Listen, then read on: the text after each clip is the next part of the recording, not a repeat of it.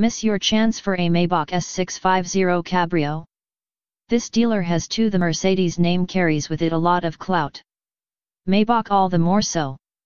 The S650 Cabriolet, then, might be considered the Mercedes of Mercedes or the Maybach of Maybachs.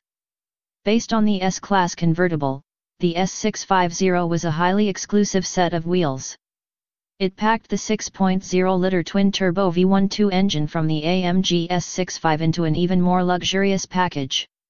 Only 300 were made, leaving the overwhelming likelihood that you didn't get your hands on one. But if you missed your opportunity the first time around, there are still some to be found on the second-hand market. And this dealer has two. Listed by Deals on Wheels out of Dubai are two examples of the ultimate drop-top Benz, one in red with a deep brown leather interior, the other in black with red leather. So if you like the color red, it may be a tough choice, both presented in brand new condition with only delivery miles on the odometer. Even tougher, though, is the asking price, $1,699,000 Emirati dollars, or roughly $462,000 at current exchange rates. Of course, if that strikes you as pocket change, you could always buy both.